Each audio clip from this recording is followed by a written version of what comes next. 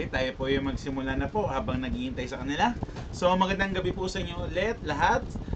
Welcome to Light of the Mountain Church of the Nazarene Friday night prayer meeting this September 22, 2023 at malapit na po October na po next week. I think next week is October na po yata tayo next week. Tama po ba? O tama. October na po tayo next week, last week of September hanggang September 30. Then the next following week po is October na po at napakalapit na po ng December, konting kembot na lang. Again, magandang gabi po sa inyong lahat. Welcome to Light of the Mountain Church of the Nazarenes Friday prayer meeting sa ating Google Meet. Ako'y nagagalak dahil nakasama po natin ang bawat isa. Although wala pa po yung iba, ayaw ko kung baka may ginagawa pa po, busy pa po yata yung iba. But maraming salamat po sa mga taong nandito na. So tayo po yung magsimula na. Let us open ourselves in prayer. In the name of the Father, of the Son, of the Holy Spirit, Lord Jesus, maraming salamat sa gabi ito. Thank you for the provision, the protection, the guidance na pinagkakaloob nyo lagi sa amin, Panginoon.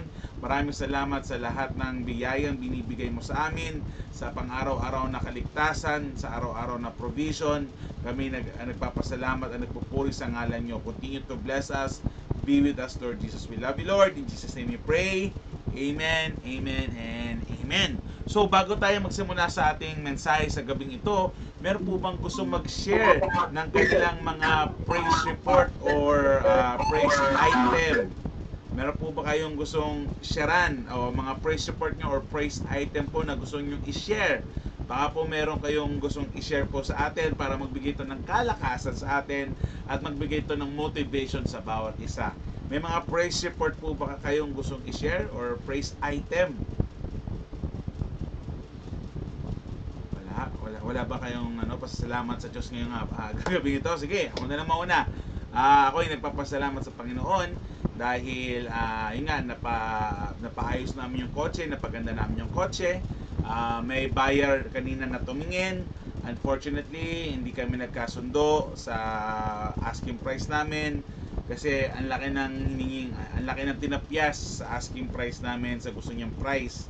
But continue kami nagpe-pray na mabenta ito ng maayos na presyo para mapa-down namin sa kotse na gusto namin. So yun, pag-pray nyo po yun. So praise item ko yun kasi all things work together for good. Buti na lang di natupad yung bentahan kanina kasi wala na akong gagamiting kotse. So buti na lang di pa nabebenta, so magagamit ko pa siya hanggang Sunday. So medyo malungkot lang kasi tatagal pa lalo yung paghihintay kasi the plan is pag nabenta bili kagad.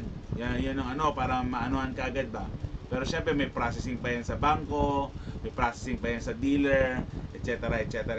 But nagpapasalamat ako kasi although ang plano natin ito, plano pa rin ni Lord yung nananaig at yung plano ng Panginoon na nananaig is yung tama at yung dapat lang na mangyari sa buhay natin. So nagpapasalamat ako sa ating Panginoon. Sunod po is nagpapasalamat ako sa Diyos dahil sa protection, sa guidance na binibigay niya sa amin, sa atin.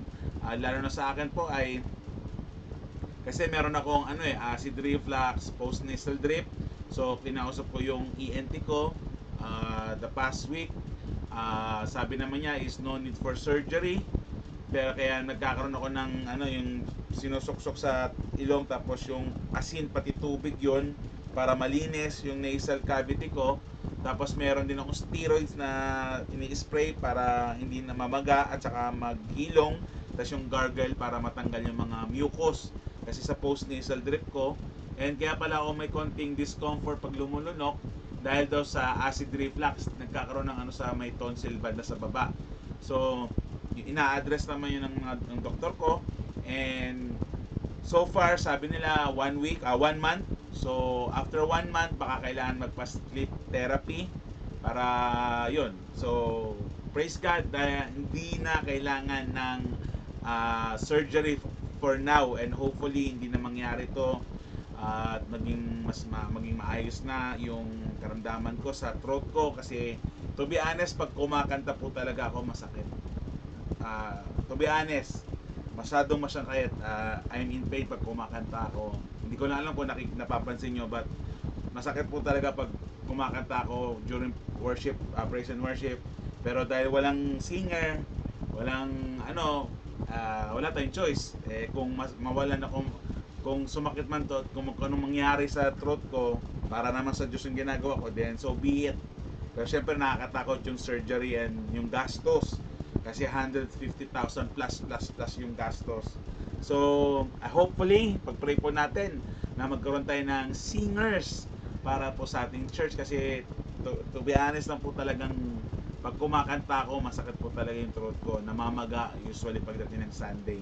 Kaya kung makikita nyo, nalilate po kung bumaba. Hindi dahil naglilinis ako sa taas, kundi inaanohan ko yung lalamunan ko ng pangpahilong. Kaya hopefully magkaroon tayo ng mga singers o songers sa ating simbahan. Baka po meron dyan, nahihiya lang. So, pwede kayo mag-alala. Ako, wala akong boses, di naman maganda boses ko eh. Pero para sa Panginoon, sige, why not, diba? So, yun lang, pag-pray nyo po yun. And next, on the list ko sa praise report ko is, although nag-plateau yung aking pagbababa ng timbang, kasi nag 106 na po ako nung isang linggo, last week, na 106 na. Pero dahil yung birthday, napakain ako ng mga napakain ako nung napasubo ko sa kain ng birthday ko is nag 109 ako kaninang umaga, pero ngayon naman nag 107 ako. 107.8 ganyan. So parang 108. Pero buti na lang bumaba, nakausap ko na yung doktor ko sa nutritionist na babaguhin niya yung diet ko kasi nga walang Ozempic na nakakatulong sa akin to suppress, kasi mayroon po akong injection to nagsusuppress sa cravings, but dahil wala yun, ang hirap talaga ng cravings eh. So anyway, so yun, papasalamat ako dahil nandiyan yung mga doktor ko, bumaba yung blood sugar ko. So pre-diabetic ako sa sugar ko dati, but nung Thursday ba yun o yung Wednesday, nakuha ko yung bago kong blood chem, is bumaba na po yung blood sugar ko, so hindi na ako pre-diabetic as of now. The problem is dahil nga marami tayong nakain, tapos napasubo sa mga cravings, na tumaas yung uric acid ko from 400 naging 700 plus. Ang normal is 200. So medyo mataas. So yun po, yun yung aking pasasalamat dahil despite sa mga nangyayari ay good evening, Angela, good evening, Paulo sa kabilang cellphone na nakikinig, hello, good evening. So yun po yung praise report ko and Thanksgiving ko. So kayo po ba may gusto pang i-share sa gabing ito, mga praise report or Thanksgiving nyo po? Baka meron kayo dyan, pwede nyo po i-unmute yung sarili nyo. Ako meron. Okay, nagpapasalamat ako kasi yung naipon kong coins from January, nung kinount na nila ni Ronald sa office, umabot ng 24,000. Kaya sabi ko, I really praise God na pwede kong i-offer as alabaster and other designated offerings sa church. Pinadeposit ko na kaagad sa church, kaya to God be the glory. okay, maraming salamat. Magkano nangyari yung coins mo pang alabaster? Magkano? Oo, magkano? Lahat 24,000 plus. Ha? Kailang maraming designated offering akong binigay, hindi lang sa alabaster. Magbigay ako sa NMI, SDMI. So sinisegregate ko, kaya nagulat ako nung umabot ng 24,000 yung coins na inaipon ko from. Pag may mga coins, iniipon ko lang para for the Lord. Kaya yun. Wait, that's 1 year? That's 1 year?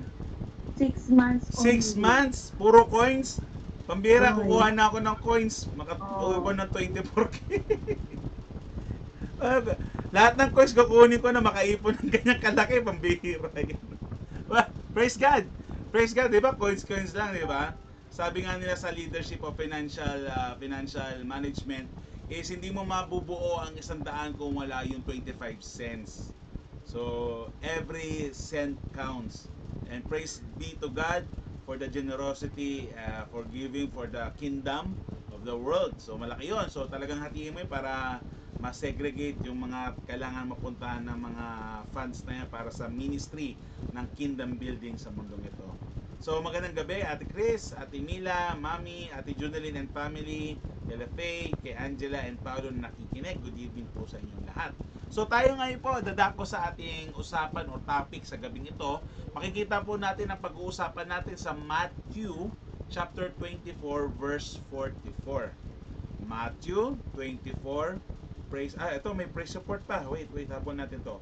Praise support ko po is nagpapasalamat po ako dahil sa binigay opportunity to join another Rampa model. Wow! Kanina for our science fair po sa harapan ng buong senior high and junior. Although kinakabahan po ako nung una, I did my best po. Nag-enjoy po lahat na sa performance ko and natuwa po ako sa mga compliments ng crowd sa akin. Wow! Congratulations Angela, and FYI nag-debut po yan, nag-18th birthday po si Angela. So, praise be to God. Isa sa mga praise report din yun, yung debut na naging successful yung debut celebration ni Angela. And plus, naging nakarampa siya. Wow, ayos yan. Naalala ko nung rumampa din ako sa high school namin pero yung sa akin kasi kalokohan na, pero naparampa rin Anyway, ibang kwento yon. So, congratulations Angela. For that, nawala si Faye. Okay, tayo po idadako ngayon sa mensahe natin, Matthew 24 verse 44. And it says, now, bago ko po sabihin yung verse na ito, this is not to scare you, but for us to prepare. Ulitin ko po this is not to scare you, but it is for us to prepare. Matthew 24 verse 44 says, therefore, you also must be ready, for the Son of Man is coming at an hour you do not expect. Therefore, you also must be ready, for the Son of Man is coming at an hour you do not expect. Let's pray. Panginoong Jesus, may you guide us, be with us this evening as we give you glory, honor, and praise. Tulungan niyo po ang aming mga puso't isipan na maging kaaya-aya sa inyo. We love you, Lord. In Jesus' name we pray. Amen. Again, therefore, sabi sa Matthew 24 verse 44, therefore, you also must be ready, for the Son of Man is coming at an hour you do not expect. Ulitin natin therefore, sabi niya, therefore, anong ibig sabihin nun? This is a concluding remark or annotation na po to. Therefore, tayo lahat, also must be ready. We have to prepare. We have to get ready. Example po nito is parang kasal mo. Di ba pag ikakasal ka, dapat ready ka. Hindi pwedeng, adlib. Hindi pwedeng biglaan yon. It should be prepared. 1 year or 6 months to 1 year preparation po. Yung debut, diba? May preparation ng debut, hindi pwedeng bigla-biglaan yan. It takes months, weeks, days bago sa mag-debut, maayos lahat para sa catering, sa venue, sa photography, sa program, sa MC, sa pagkain, etc. Piniprepare yan. Hindi lang rin po yan. Pag mag-i-exam ka, hindi pwedeng on the day of your exam ka lang mag-aaral unless sobrang talino mo, kaya mong i-ace o ipasa yung exam na yon, board exam na yon, na hindi ka nag-aaral tapos on that day ka lang mag-aaral or the day before ka lang mag-aaral. It takes time to prepare. Meron din po sa atin preparation natin sa pagbabalik ng ating Panginoong Hesus. Sa ating spiritual preparation, it takes time. Anong ibig ko sabihin that it takes time for our spiritual preparation natin? Hindi po porket nalilinig mo na tumunog na yung kampana or nasabi nandiyan na ang Panginoon, saka ka lang magpe-pray, magdadasal, magiging mabait. Hindi po ganun yun. Well, sana ganun, pero hindi Pero meron naman chance, pero I don't think na, syempre, di ba? It takes time. Alam natin na malapit na bumalik ang ating Panginoong Hesus. Nga lang, hindi natin alam kung kailan. The exact time, the exact date. Pero alam natin kung paano siya babalik. Tutunog yung mga horn.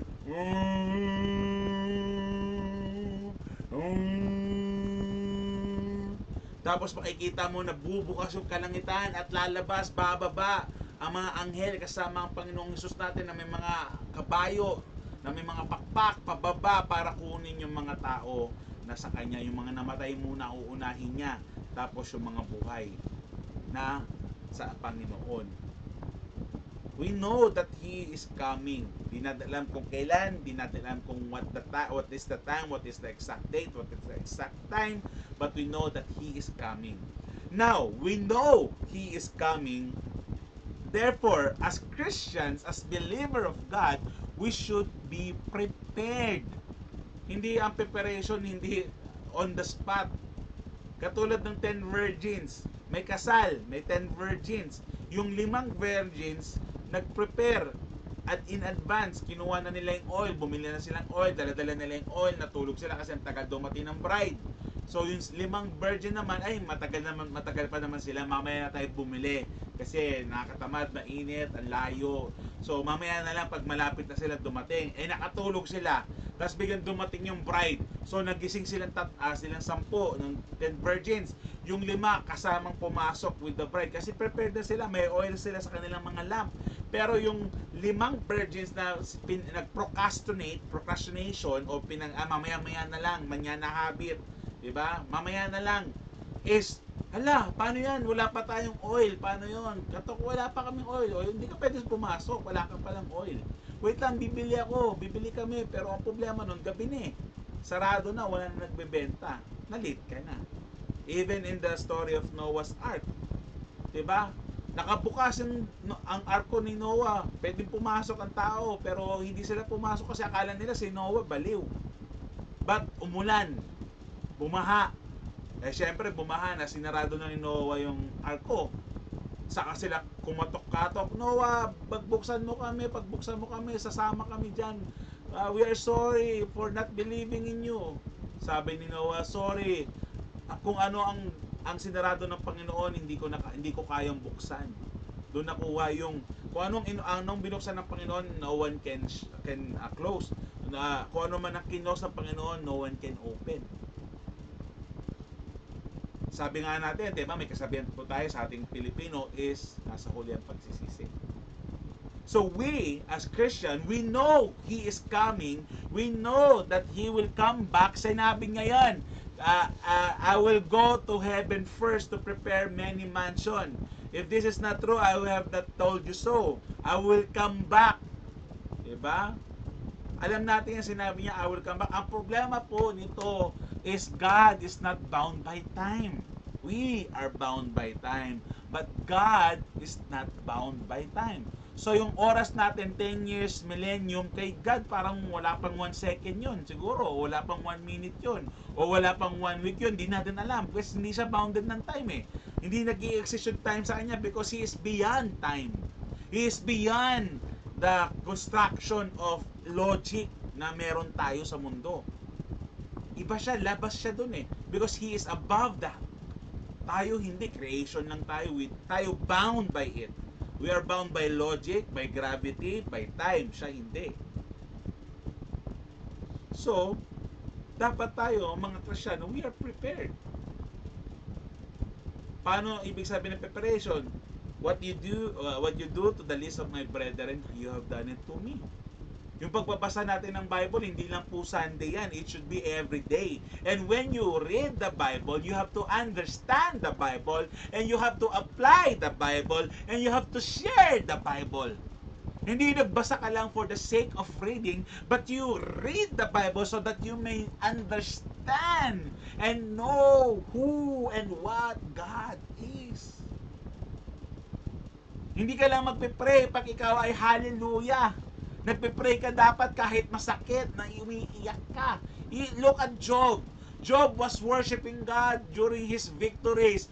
He also worshiped God during his defeat. During those complicated and masakit na time niya, he was still worshiping. We as Christians should prepare ourselves because hindi natin alam kung kailan babalik ang Panginoon.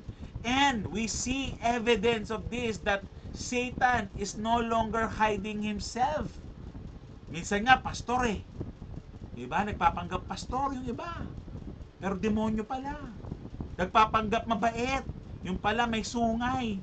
Nagpapanggap na matulungin. Pero yung pala may ibang intensyon. Nagpapanggap na konsihal, government employees, tutulong, magpapromise sa ganito. Pero ano nangyayari? Nawawala. Diba? Nakikita niyo po ba yun? Hindi na po nahihiya ang demonyo. Hindi na siya takot. Kasi now is the time na yung makakuha siya na makagather siya ng maraming tao na pupunta sa impyerno kasama siya.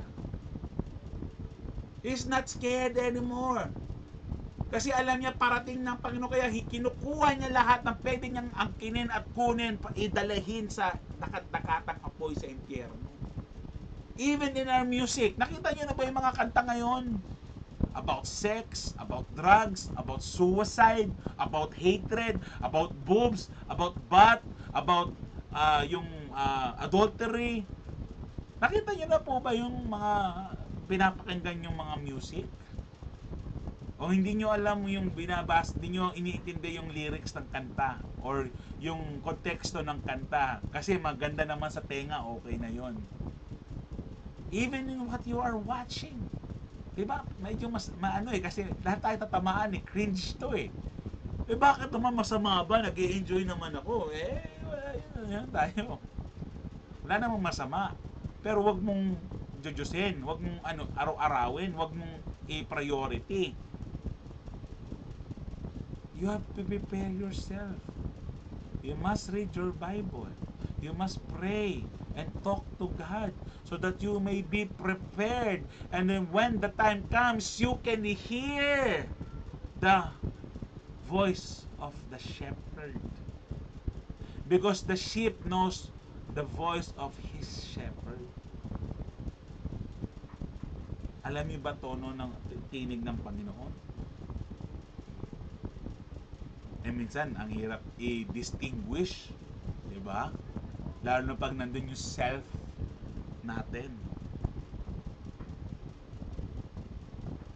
You must be ready, for the Son of Man is coming. Take note, at an hour you did not expect. Malay mo, diba? Hindi natin alam. Nag-pandemic, nagkaroon ng mga war, tumaas ang mga prices, nagbakuna, etc. etc. These are signs and wonders. May mga plagues. Yung mo ngayon may taal, yung taal nag-find dust, diba? Hindi mo alam. Ang dami nating problema, ang daming hatred, ang daming crimes, ang daming injustice. We should be prepared. Bakit? Because now is the time to be real. Are you for God or are you against God? Minsan we take it for granted. Wala lang, pasok dito, labas doon. Sige lang, okay lang. Pero paano yun? Paano pag mali ka? Wala namang mawawala sa'yo pag magbabasa ka ng Bible. Pero unahin mo TikTok, unahin mo Facebook, YouTube, Korean drama, pagkain, luho.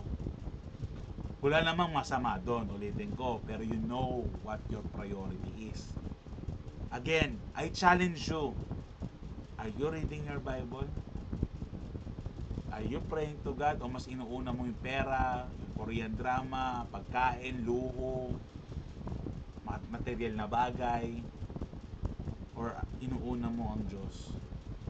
This is, hindi wala akong pinapatamaan in general po to. Kasi, mismong pastor na may mga pastor po tayo na wolf in sheep clothing. May mga leaders tayo sa simbahan na demonyo pala. In general po to, wala po akong pinapatamaan hindi po ako nagpapatama. In general po to. Kasi wala na pong hiya si Satanas, wala nang hiya Susugod siya kung saan siya pwede sumugod para may makuha siya. So we should be prepared. Paano mo malalaman na kalaban na pala yun, si demonyo na pala yun, kung hindi ka nagbabasa ng Bible? Tandaan po natin, ang temptasyon hindi pangit. Ang temptasyon masaya, masarap, maganda, gwapo. kaaya-aya sa paningin ng mata. We should be prepared. We should be ready.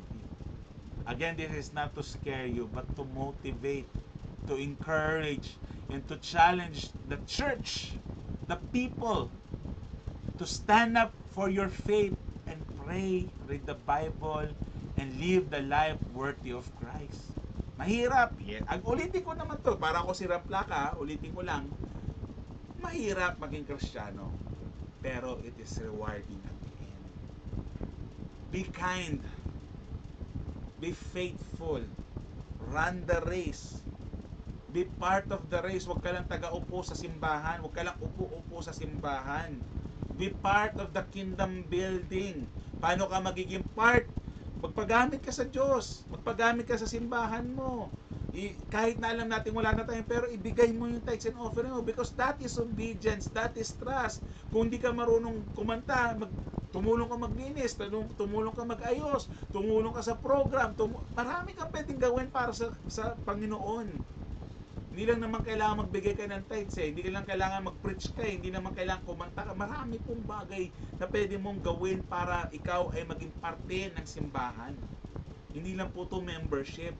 Hindi lang po to puro upo, kundi gumagalaw po ang bawat isa. Parang katawan ng tao. Paano pag tumigil yung puso mo, hindi gumagalaw puso mo, patay ka.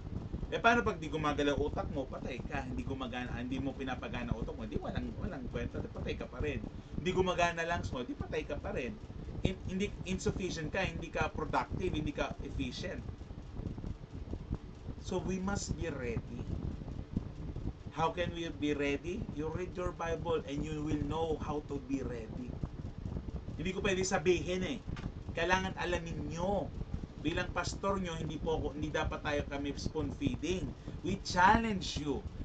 Our job is to encourage, to motivate, and challenge you as your pastor. Hindi ibigay yung sagot sa inyo. Alam niyo naman yung sagot, si Jesus Christ Pero paano mo aano yung sagot na yun kung dapat basahin mo yung Bible? May Bible ka dapat. Nagbabasa ka dapat ng Bible mo. Again, this is in general. Wala po akong pinapatamaan. Huwag niyo po akong gawan ng issue. Hindi ako nagpapatama. Kasi ako mismo, pastor niyo, pero hindi naman ako ganun kabait Meron pa rin po akong nagkakaroon pa rin ako ng hatred. Naiinis pa rin ako. Meron pa rin po akong problema. So, I'm not perfect. Hindi po ako nagpapanggap na mas magaling or perfecto ako. Marami rin po akong problema. Marami rin po akong mga ugali na kailangan baguhin. But I want to encourage you that now is the time to prepare ourselves for the coming of our Lord Jesus Christ. Kasi kung hindi ngayon, kailan pa? Bukas? Sa makalawa, next year na lang, malapit naman matapos ito. Paano pag hindi na umabot next year? Paano pag hindi na umabot bukas? Paano na? Sobrang sure ka ba na pupunta tayo ng langit? Hindi ka nga nagbabasa ng Bible? Hindi ka nga So we need to kasi importante po sa Kristiyano magbasa ng Bible. Kasi doon natin malalaman kung paano tayo magiging Christ-like and how to prepare for the coming of our Lord Jesus Christ. Again, wala po akong pinapatamaan. I'm just challenging you. So wag niyo po sanang masamain yung challenge ko sa inyo. Because as your pastor, I am concerned for your spiritual well-being. Hindi naman tayo lagi nagkikita. Sunday lang tayo, pati Friday nagkikita. That's why meron akong responsibility sa inyo to challenge you to get out of your comfort zone and to be Christ-like people, disciples. Our church is not perfect. I am not perfect. But God is perfect.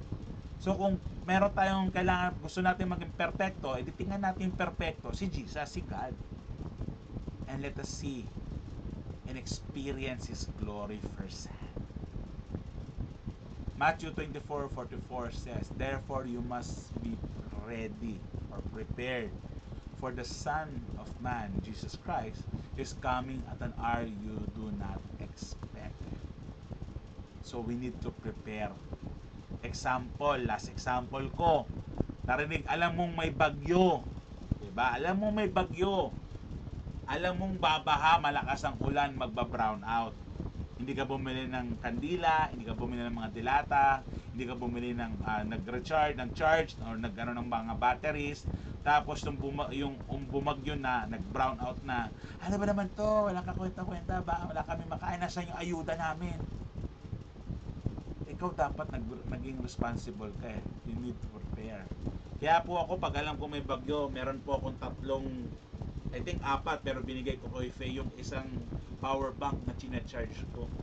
May mga ito, katulad nito, oh. Nakakita niyo po ba yan? Ay, okay na pala to. Naka-ano po yan, naka-charge na po yan kasi hindi natin alam kung kailan magba-brown out eh. So, charge ko na po yan, yung mga cellphone ko, yung mga kailangan kong is naka-charge na po yan. Kasi hindi ko alam. Nag-stock up na ako ng mga pagkain diyan kasi baka bumagyo. So, marami kami pagkain sa rep na yun. Ang ibig ko lang po sabihin yun, we need to prepare. Kung alam mo may bagyo, di mag-prepare ka. Eto, alam natin dadating siya, babalik na siya. So, kaya pa tayo mag-prepare. We should prepare now. Now, the question is, are you prepared? Do you want to be prepared? Because if you want to be prepared now is the time to prepare ourselves for the coming of our Lord Jesus Christ. Kapatid, mahal kita. Mahalaga ka sa akin. Bilang pastor nyo, bilang kaibigan nyo, importante po kayo sa akin. That's why I'm challenging you. So please, sana po wag kayong walang maging masama ang loob sa akin when I challenge you like this. I'm not insulting anyone. I'm just challenging you because you are important to me, because you are my family in the church. Kapamilya ko kayo, kapuso ko kayo sa simbahan bilang pastor niyo. Wag na po tayo tatamad-tamad. Kasi marami po sa atin sa simbahan tatamad-tamad, late pupunta, hindi pupunta, gagala sa iba, uunahin yung iba bago si God, bago yung church.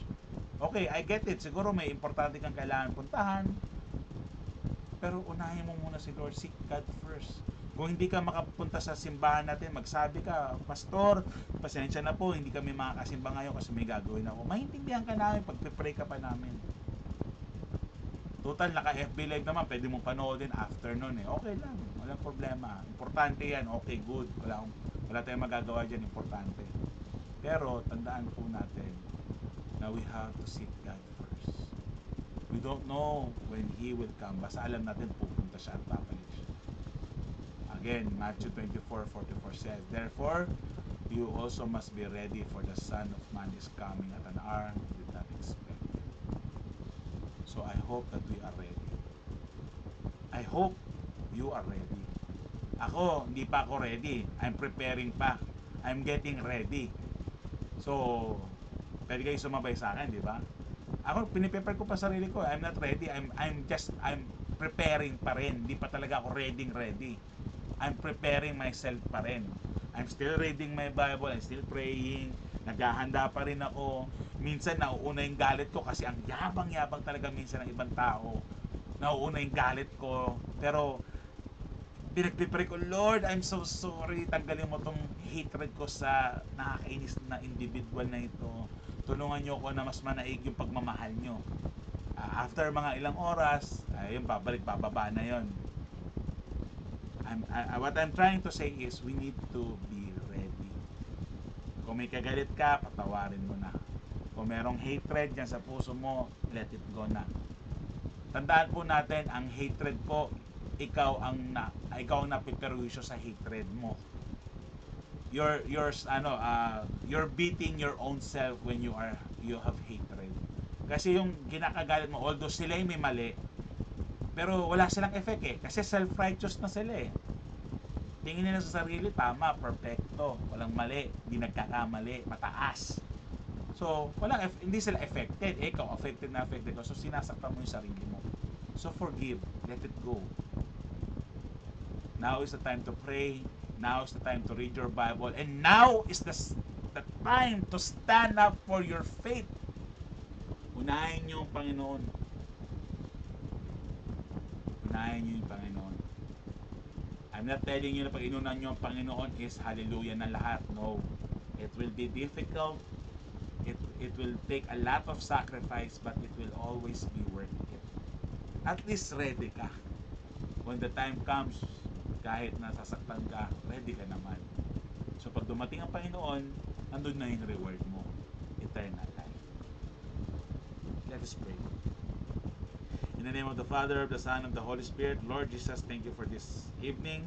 Thank you for the people who are here right now. May you guide them, bless them, be with them, and provide for them sa mga nakahabol, sa mga humahabol, sa mga hahabol, at sa mga nandito. Lord, protektahan niyo po ang bawat isa, Panginoong Jesus. We give you all the glory, honor, and praise. In Jesus' name we pray. Amen and amen. Alright, so medyo maano po yung topic natin, but I hope na challenge po kayo. Again, wala akong inu-insulto, wala akong pinapatamaan, pero sabi nga ng mga influencer, bato-bato sa langit, ang tamaan, huwag magagalit. Dahil ang pikon ay laging talo. Challenge po sa inyo to. Encouragement, motivation, and challenge po to sa inyo. Because, importante po kayo sa akin. Mahalaga kayo sa akin. Mahal ko po kayo. Dahil kapatid ko kayo sa Panginoon. So, sana wala pong masamain sa mga challenge na sinabi ko. Kasi, sino magsasabi sa inyo? Diba? So, yun. So, meron po bang gustong magbigay na kanilang insight? Meron po bang gusto magbigay na kanilang saloobin or idadagdag? Pwede nyo po i-open yung mga microphone nyo para po marinig namin yung insight o yung gusto nyo pong idagdag sa gabing ito. Meron po ba gusto mag-share? Okay, so siguro walang gusto mag-share. So clear naman po sana. Clear naman po, no? So sana buti na lang walang negative or angry reaction doon. So I guess nakita yung challenge natin is positive challenge yan. So okay. So tayo po ngayon ay dadako sa ating panalangin. Sorry po, nakatulog po ako. Wow, sana all nakatulog. Joke lang. Good evening, Ronald. Nakaw, yun. Sige, okay, tayo po dadako sa prayer request. Sorry po, nakatulog po ako. Oh, you know. Okay lang. Hahabol naman. Panoodin mo na lang yung YouTube mamaya para makuha mo yung umpisa. Pagod po sa biyahe. Oo, Quezon City rin. Quezon City yun, no? Okay, prayer request po tayo. May mga prayer request po ba tayo? So, nasa na ba? May prayer request po si Rika. Saan si Rika? Ayan, Rika. Ang prayer request po ni Rika is hi, good evening po. Di po ulit kami makaka-attend ng prayer meeting. Gabi na po kasi dito masyado sa amin. Pero here is our prayer request. Long life, safe and healthy family, guidance and protection for mama, papa, and kuya's work. Ryle, si Ryle, si Leng, yung New Zealand journey nila, family ni Rika, sustaining grace and financial provision, mental and financial stability. Yan po yung prayer request ni Rika. Ano ko na lang po ito. Nangyari. Yun. I-send ko po yung prayer request ni Rika para makita nyo rin po sa chat. Kay Ate Chris naman po, good health, me and my family, financial and daily provision, wisdom and strength sa work. Please pray for our church members, plans namin ni Pastor, praying for our staff, praying for a new client, long life, me and my family. Tapos kay Rika po yun. Sa akin naman po, prayer request ko, yung health ko, especially sa throat. Tapos yung pagpapapayat ko, from 5XL, pag t-shirt, 5XL po ko, nag 5XL ako. Down to t-shirt XL, kasya na po ako sa XL sa t-shirt, sa polo 2XL po ako.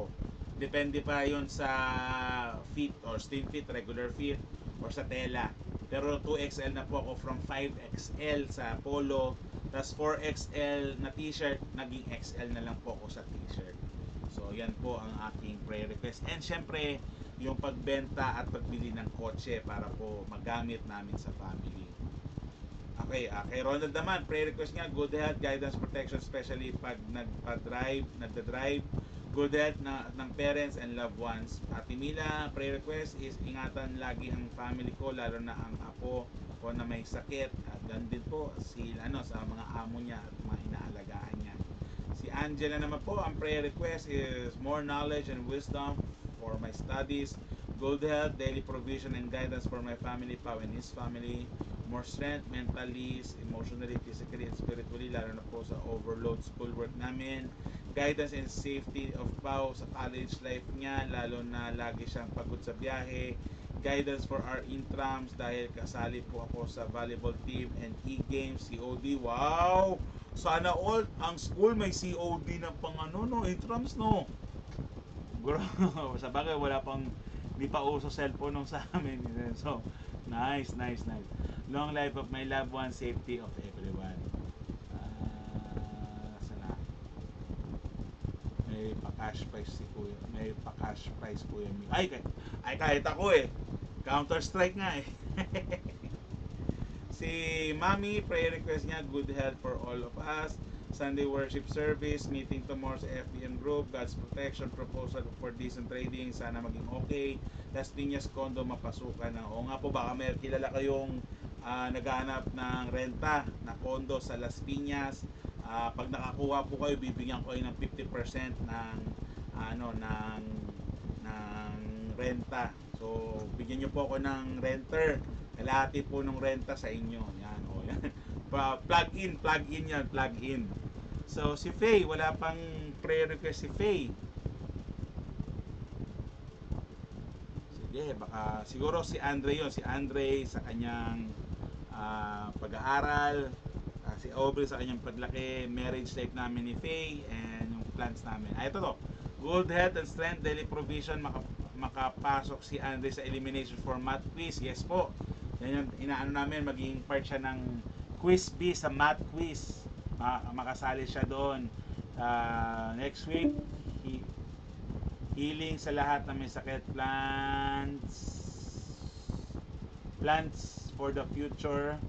Tapos meron po si Ate Junilyn, prayer request sa hipag ko, kalakasan niya ngayon dahil katatapos lang ng 6 game. Pangalim na. Sige, pag-pray natin na malakas pa siya. Na lumakas siya. So sana dapat po, Ate Junilyn, sabi mo dapat may gana siyang kumain. Kasi usually pag nagpapakimo, nawawalan ng gana kumain, pero sana magkaroon siya ng lakas na gana para magkaroon siya ng healthy na katawan. So pag-pray natin to. Kasi napaka sensitive na panahon sa kanya to. Sana wala. Dahil katapos niya, sobrang madam pakiramdam niya, financial provision sa aming pamilya, good health, lagi bawal magkasakit, kung pwede sana lang spiritual growth, guidance sa pag-aalag, hindi ko makapag-ala ng pag-alaga ng makukulit na anak, wisdom para sa mga nag-aaral. Thank you Lord sa lahat ng biyaya at pagsubok na malalagpasan pa at mga plano ng asawa ko sa kanyang pag-abroad. Wow, sige, pag-pray din natin to at pag-apply niya soon. Opo, pinipilit niya kumain kahit walang gana. Tama yan, talagang sana ma-approve din po application. Nag-apply po ako part-time job para maka-help kay Mama Arca to. Madaming ito, kay Ate Grace. Please pray for Pastor Johnny para sa start ng class niya. He's taking master in public administration. Early wisdom mag-aaral. Hindi maganda yung pakiramdam ng ipag-oo. Pang-anim na chemo na eh. So talagang dapat kumain siya kahit wala siyang gana para magkaroon siya ng energy pati lakas ng pangangatawan. Okay po, marami po tayong pag-pray. Pag-pray din po natin yung kalagayan po ng ating panahon dahil sa Taal Volcano na nagsabog ng fine dust sa air. So, pag-pray din po natin yon. So, tayo po yung manalangin sa gabing ito. Kasama po ng mga prayer request ng bawat isa. So, let's pray po. Magkakaroon po tayo ng silent prayer. Tapos po ay pagdasal po natin ng bawat isa. Let us pray. In the name of the Father, the Son, and the Holy Spirit. Hallelujah, hallelujah.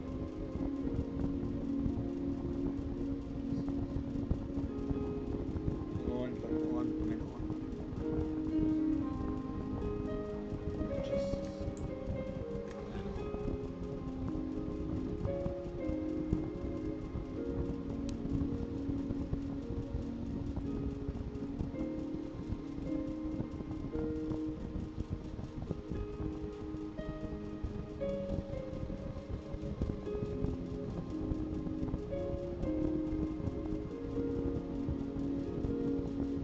Hallelujah, hallelujah, hallelujah, hallelujah, hallelujah. Jesus.